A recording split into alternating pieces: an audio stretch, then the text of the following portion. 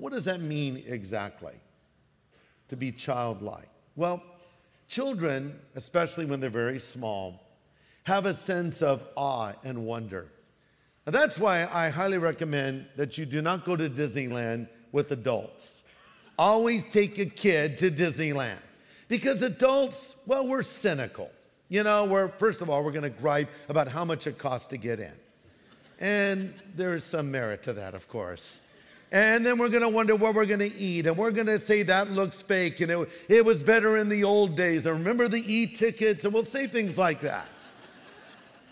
But, you know, little kids, you take them in and it's a whole new world, to borrow a Disney song, to them. They're seeing it all for the first time. They actually think that's Mickey Mouse or Donald Duck. I remember years ago, I took my son, Christopher, to Disneyland. He was very small at the time. And I knew one of the characters, one of the people in the characters. And so he said, do you want to come back into the back room?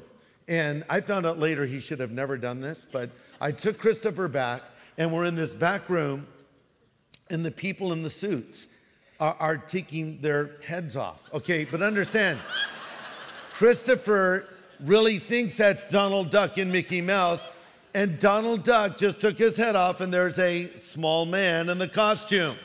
And I remember one of them, I can't remember which one, pulls out a cigarette, and he's smoking it with the body of the costume and the human head. Christopher's like, I probably traumatized him for life. So I don't recommend you do that.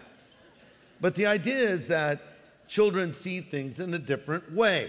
I mean, it's really fun to be around kids when they see things for the first time. The first time a child maybe tastes ice cream, or the first time a child plays in the snow, and you know, you sort of rediscover it as they're discovering it for the first time. So that's a wonderful thing for all of us to see. And that is really the idea that Jesus is communicating. Always maintain that childlike faith.